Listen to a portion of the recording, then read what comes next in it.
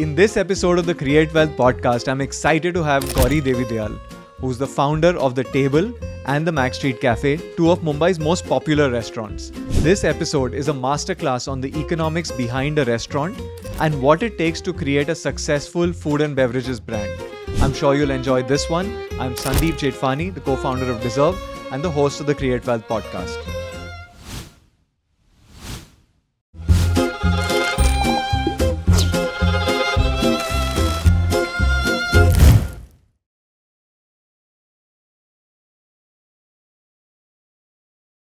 Gauri, in a city where there's one new restaurant every day and one restaurant shutting down every day, The Table has lasted for 13 years. And, if you can afford it, it's a great restaurant to go to. What worked for The Table, which is catered to the South Bombay affluent community and did so well over time? So, thank you. First of all, I'm also grateful that the table is still around 14 years later. The key for us has been in two things. One is consistency. That's what you go back to a restaurant for, to have those same flavors and things that you've enjoyed before. But Gauri, tell me this. You're saying that consistency brings people back, so they enjoy one experience and they come back. How much of a good premium restaurants business depends on returning customers versus how much of it is word of mouth, the people coming in for the very first time for a special occasion? So when we started out, we were in a pre-Instagram era, right? So it was all word of mouth. Okay. Of course, there was PR and press and things, but really it was all about word of mouth. And that was for a good 3 years. And I think that was where we really built our foundation. You're absolutely right that, it is about two things: a consistent experience so that the same person comes back, and that good word about the restaurant which brings new people in. And now today, of course, there's social media, there's travel guides, there's lots of things that direct people to your restaurant. Interestingly, Bombay is not like other cities where you have tourist footfall through the year. So for a restaurant like ours, which is in the premium segment, when you don't want to be a place that's limited to celebratory occasions and you want your local patrons to come back again and again, that is the key thing. It's really about winning those local people over, because when your NRIs and tourists, etc., come those 3-4 months of the year, that's like the icing on the cake. That's not the core business. So you really need to win favor with your local diners who will keep coming back, and not just that once a year or twice a year when they're celebrating something. The way we achieve it is by having a really solid team that's been with us for a long time, because that's what brings the consistency. Because you've got the same hands cooking it, you've got the same people welcoming you into the restaurant, serving you, who know your likes, dislikes, know where you want to sit, what you want to drink, how you want your water served, things like that, know your name, make you feel good in front of your guests, Sure. Things like that really go a really long way. You can sort of underestimate the power of that, but I think that that is a big part of what brings people back to us. And what I focus on as a sort of restaurateur and founder is retaining my team, holding on to those good people, understanding what it is how we need to evolve to, keep them happy. Because really that's the crux of this business. Gauri, as you were talking, I was thinking about, like, there are so many of these playbooks around how to ideate around a startup. Like, how do you find the idea, the TAM, the market size, etc. How do you ideate a restaurant? What goes behind figuring out that, okay, this is how I'll create it, this is where I'll do it, this is what I'll offer? What's the process behind it? Everything that we've done has stemmed from a gap that we felt. And by we, I mean my husband, Jay, Yusuf, and I. This was all his idea, by the way. I had no intention of opening a restaurant. I was very happy doing my day job as a tax consultant. But, I think that this stemmed from a gap that we found when we had to go out. We wanted to go out to dine. There were a handful of restaurants. and he just returned from San Francisco, and that style of food of like very ingredient driven, fresh, light, just didn't exist. It was all like Italian, Chinese, Yes. Indian. And something that wasn't 5 star where you have to like dress up and you have to kind of make a big deal about it, or something super casual like a cafe format. So something in between where you still feel, Like it's comfortable. that fine, casual fine dining, if that's a category that how we like to think of ourselves. And so it really stemmed from something we were missing, and that's why two people who aren't restaurateurs were crazy enough to do this, because everything that we did came from no playbook. It came from what would we like if we went out to dine, right? Okay. So even from something simple like, I don't want to flip through a bible of a menu. I want to see everything on one page and uh, pick from that. It also suggests that if you have a smaller menu, that things are fresher. You're not keeping some massive prep over there which lasts for days because you can't chuck it. Those kinds of things. It's very small things. I would hate it if I went to a restaurant and spent like 5 minutes poring over a wine list only to be told that now that's not there, after picking something. So there were these little things that I said we don't have in the city, and this was back in whatever 2008-9 when we were starting to think about this. And so it really, like, down to what the menu looks like, the kind of food, the kind of space we wanted, the vibe, it really came from something we were missing in the city. I think it's very interesting that you've come at it from a consumer first lens, right? As a consumer, what would you want? And by the way, that in the startup ecosystem is a thing, right? That you have felt the need or a gap yourself, and therefore you've said that I'll step up to solve for it. The other thing that seems very interesting, Gauri, is this whole premiumization thing that's going on across India. Goldman Sachs really recently put out a report about the rise of the affluent Indian, and one of the things about that was this whole consumption trend of a certain kind of product and categories across industries, right? And it seems like that's also playing out in the restaurant space. You've done one which is probably for a more mature older audience, but then there's Max Street Cafe, which is for a more premium younger audience. How have you thought about this whole premiumization play? What are some of the things that you've noticed change?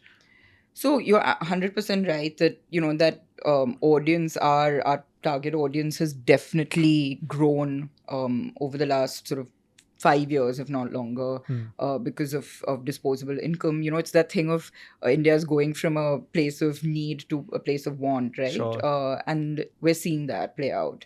Uh, I think again, it goes back to the reason we came into the premium space was what we wanted came at a certain price. So what we wanted to create, which was a really sort of excellent meal. I always say this, that how do you know you're on the right track when you're creating a restaurant product? And one of the answers to me is, can you eat at your own place every day, right? And so that to be able to do that, it came at a certain cost of ingredients because you were using the highest quality, etc.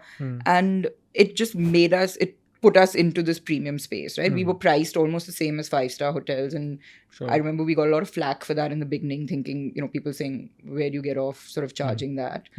But it was what it was, right? That's how the math played out.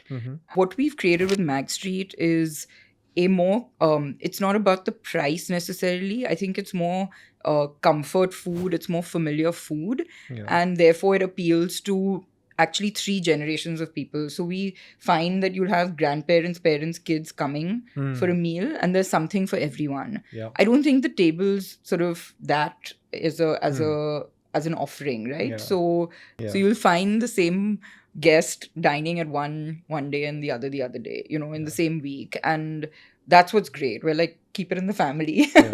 But they fulfill different needs. Gauri, one of the fascinating things about the restaurants that you've created is the brands that you've created around them. They became like part of the community in a sense. Most people know it. Today, when somebody says, I'm going to the table, you're not confused about where they are going. You know exactly where that place is. How was that journey of building these two very strong brands? So I think with the table, like I said, because the product sort of spoke for itself. We didn't have social media clout, and um, those first 3 or 4 years were really fundamental in building that brand. And it came from having a solid, consistent product. And I keep repeating that because it really is the foundation of this business. And by product, you mean the food, beverage, also hospitality, and the Correct. entire experience. Correct. And when you create one strong brand, anything you do after can really benefit from leveraging from that. So when we went on to do Magazine Street Kitchen, which was the next thing we did after the table, it was, again, like I said, because of various factors, not easily on anyone's radar, but it immediately catapulted into the limelight because as a sister brand of the table. And then over the years, as Magazine Street Kitchen established itself and we launched our bakery brand, Mag Street Bread Co., then Mag Street brand became really solid. Sure. And that's then when we wanted to do Mag Street the restaurant, which was originally Mag Street Cafe, we leveraged that brand because it had enough street cred that we felt like, why create something new? So I think it all stemmed from having a solid product offering and then being able to build on that with whatever you went on to do. The interesting part is there is a pre-social media brand building process, which was the table, probably more organic, one at a time, and word of mouth spreading gradually. But with probably the younger brands or the more recent brands, you've leveraged social media in a big way. What's the process been like there? Like how do you sort of recruit, in a sense, influencers, or is there like the guests organically post about it? What's the process? So I'm probably the outlier when it comes to this question, in the sense that we don't do things the conventional way. Okay. And I, without sort of any throwing shade on influencers and things, like maybe because I've seen the old school way or the pre-social media era, I really believe in letting the product speak for itself. And I still am a old school sort of believer in word of mouth, and it's also because I see so much happening on social media, right? So if you want to become part of that clutter and noise, then you can't solely depend on that, in my opinion. You have to have the product to back it up. And no matter how much we use social media, I mean, of course we use it. We have a whole team that's in-house that's focused on putting content out regularly. But it's not what I rely on to bring in the business. It's more about brand awareness. It's more about, being on people's radar. Sure. But what brings people in is still word of mouth. You cannot take away from that. There might be a curiosity the first time through social media to bring someone in. But the only way to bring them back is, the product. So we've focused on that, and I think that relying too much on social media can sometimes backfire, because again, if you don't have the product to back it up, that can also spread like wildfire on social media, right? Like if it's today, overhyped and therefore if it doesn't live up to this hype, that can really work to your disadvantage, because people, as much as they'll post positively, they'll also post negatively, right? Sure. So I'd still come back to getting fundamentals right, which is the product. Speaking of influencers, you are one now, and I mean, I'm probably the only founder restaurateur that I know who has a large social media following. You run your own podcasts. What was the thought process behind it? Because it seems like, is that a way to get discovery among prospective customers, or is it like to get more people in F&B to know about you so that you can attract talent? So it took a lot of arm twisting, first of all, for me to get me onto social media, because I sort of questioned and doubted it for the longest time. I know, but that is the truth. It's interesting, actually. A lot of what has now ended up being considered my personal brand came from me wearing a marketing hat for the business that has led to things which I've kind of become the face of. But it always comes back to the business. So this whole idea of personal brand versus business brand, to me, they're very intertwined. Has it, to your mind, translated to benefits for the brands? Like, have you felt that even anecdotally? I think what's happened is that it's it's put us in a position of building a lot of trust with our consumer. Yeah. So whether we talk about very honestly the pitfalls of what we've done, what we've been through, um, it's made it sort of more relatable, Yes. and I think that that's the best part of a personal brand, right? Yeah. Like that you get to connect with your consumers. You asked this earlier about how have you managed to maintain that loyal patronage. A lot of it is that personal connect, which may not, it's not just about, oh, when they come into the restaurant, I'm there to Yeah. meet them, but through other things, they still know more about us than just So the they meal feel that like they're they know the having. founder and they know the story Exactly. behind the place and so on. Exactly. Gauri, you spoke about the trauma of setting up a restaurant, and I know you've written about this thing that if you don't like somebody, ask them to start a restaurant. About a few years ago, I ended up meeting Riaz Amlani, and he was telling me about the fact that if you have a death wish, start a restaurant, right? What still makes folks start a restaurant? What is the economics that goes behind a profitable restaurant? So let's say if you have $100 of revenue, how much of that is the cost of goods sold? How much of that is salaries, rents, etc.? So just break that down for us. It's super interesting. Quick service format, you're looking at a high volume, low margin kind of business. Sure. In the case of a cloud kitchen, again, because your rents are not going to be high because you're probably not on the high street. But then you'll have like the whole delivery Yeah. Commissions that you have to pay there. Yeah, that the marketing spends because you're not on the high streets, you're not visible. Sure. And obviously delivery commissions, etc. So the commercials vary depending on the format. I mean, the sort of P&L varies depending on the format. Coming to a restaurant, as they say, location. So your main variable is your food cost, your F&B cost. And I would say in a premium segment, that can be anything between 30 to 35%. And I know people listening to this in the F&B space are going to think that that's crazy. But again, I go back to that fundamental of being an ingredient driven, high quality ingredient driven Sure. place, and that's what we have found is what we have to put down towards food cost. Again, location, rents can be anything between 10 to 15%. I think going higher than that is definitely risky. Sure. A lot of that has now changed, especially post COVID, where you find restaurateurs doing sort of minimum guarantee and revenue share arrangements with landlords, so Got that the it. risk is And if revenue share happens, it'll happen at 10 to 15% or no more? lower. I mean, Lower. it should be in the 8 to 10% range. Like Starbucks has 7% all over the world, is what I hear. Right. So Yeah. that makes sense. Yeah. If they, I'm surprised they do rev shares, but if that's their format, then that's also, I think, sort of digressing a little bit, but a lower rent like that percentage could work because they're also a stable business. They're a Yeah. known devil. It's like they're not. I'm told in their case, it sort of attracts footfalls to Right. that Right. area or that mall or whatever that is. And therefore, it helps the mall in general. They're So like an anchor sort exactly, of F&B. yeah. Yeah. No, I mean, that makes sense.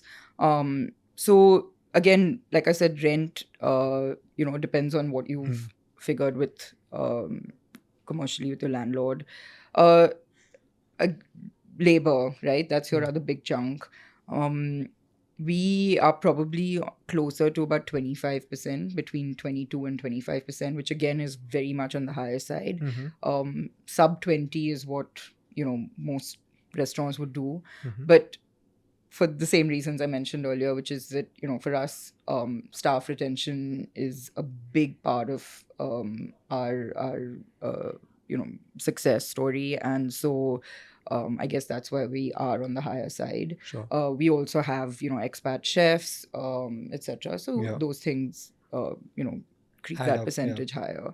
But these are your fundamental expenses. So just to recap, Gauri, 100 rupee of expense, 30 to 35% in your case in a premium restaurant like yours would be the ingredients, 10 to 15% would be rents, and 15 20 to to 20 to 25%. 25 will be this. So Yeah. at the end of it, arguably you're left between, I'd say, about 35 to Yeah, 40% about margin. 30%. And then there's always all the obviously utilities, Sure. all the other expenses, your marketing, etc. Right. So again, in our case, marketing is usually about 5%. That's a healthy budget to put aside. We probably don't spend that much because we've just gone a different route in terms of things like ad spends and which a lot of restaurants do. Sure. And but I think so if you're doing things right, like 10 to 15% margin After is everything after is everything is a a good place healthy to be one in. to be in. Yeah. And but again, that's really hard to achieve. That's not a and a lot of things changed since the time we opened, right? Like GST rules, input costs, not input GST not being available to restaurants and things. Suddenly, like, costs just went up overnight. Yeah. And it doesn't mean you can just increase your menu prices, right? We Sure. still, like, no matter how affluent your audience is, you're still in a price sensitive market. Sure. So these things have impacted the bottom line in a big way. Of course, delivery, while in a premium restaurant, delivery is not a big part of our revenue. It's all these margins, of course, Yeah. these costs hurt the bottom line. So it also depends, if you're leveraged or not. We've had a very slow growth, and done it at our pace. When you're expanding at a faster pace and you do need to borrow to fund that, then Sure. that also affects things. So yeah, it really depends on, and then, but as you grow, today we've got 4 restaurants in Bombay. So as you grow, you can get economies of scale with food costs, with vendors, for example. You can negotiate better rates and things. So our goal is overall to start getting tighter on a lot of these costs. In spite of all of this, Gauri, there are times when restaurants don't work out. And in your experience, like, what are some of those things that go wrong? And have you had an experience where something has, like, not played out? Yeah, so the restaurant that I mentioned earlier that we did in collaboration, we with another restaurant group, we ended up closing that restaurant 15 months later. So it was a Southeast Asian concept, Vietnamese, Burmese, Thai, etc. And I think the thing that we wanted to create again came from a gap that we felt, which was a really chic, sort of adult space in terms of a chic, sexy cocktail bar serving Southeast Asian food. Now, we didn't feel like that was available in the city. And it turns out that, Southeast Asian food is largely, obviously, non-vegetarian. There's a lot of fish sauce and everything. Sure. And that doesn't go down well in a very vegetarian hub like South Bombay. Yeah. So that was a big learning for us that, again, we are thinking like consumers, but we are not the only consumer, Sure. And then the other thing was that it is a very family-driven place. So, to have a policy like you can't have youngsters after, or you can't, under 17 can't come in after 7 p.m. or whatever, didn't go down as well as we thought it would. So it was interesting, and it was an expensive lesson, but it was a great lesson. And also the other thing is knowing when to stop loss, right? Because it's one of those where it's like they say, it's that New York taxi, right? Like the meter just keeps going up, and you just have to know when to jump out, right? So that's really what this business is. Because yes, you're whether you have like 5 people come in or 50 people come in, you have to be prepared for those 50, right? And that's where your costs really go up. And so you have to know when to just pull the plug. When you said that this is capital intensive, is it all self-funded, or at some point have you thought about getting external capital like private equity or maybe even family offices to back the venture? So yes, so far it is self-funded, and a lot of it is the business funding itself. Sure. I am probably this is what you're going to make into a reel, I know it. But I haven't necessarily seen a successful and this is in the Indian landscape, Yeah. F&B landscape. I haven't seen a successful private equity backed premium restaurant group Yeah. scale effectively. And why do you think that is? I think the mission statement changes a little bit when once you bring in the private equity players, where it's very much numbers driven. Sure. Which of course any business has to be. I mean, there's no doubt about it. But I think where the focus tends to be is then bringing increasing margins, etc. And that pressure to deliver to someone else's expectations Sure. makes you take decisions that you wouldn't necessarily do without that external funding. And we've been through that. So even with the restaurant that we closed, there was no we had, it was friends and family investors, and there was no compulsion, there was no pressure from anyone. Unlike say in a private equity fund, there was absolutely none. But it was a self-imposed sort of pressure that we felt. And I know for a fact that there were decisions that, in hindsight, we may have taken differently if we were not answerable to anybody else. So this is a very different equation when it's a QSR format that is very SOP driven and standardized, and scale is the name of the game. But when it comes to the premium sector, I'm yet to see it happen successfully. Yeah, I can relate with some of this because potentially there is an artisanal aspect to making a restaurant. Sometimes some of the decisions can't be replicated at scale, and I guess sometimes you have to make investments into the experience which are not immediately returning capital, right? So I think it does make a lot of sense. I have one last question, Gauri, and you'll have to let us in on the secret on how to get into a Mac Street Cafe or the table when it is full. So what's the hack around it? What's the hack? You have to I'm make just great friends with the manager at the door, not me. So everyone who's always asking me, you've got the wrong number. But this has been fantastic, Gauri. Thank Really you. enjoyed this conversation. I think we learned a lot about what it takes to make a successful restaurant. And like you warn people that if you don't like somebody, ask them to start a restaurant. So thank you so much for your time. Thank you for having me.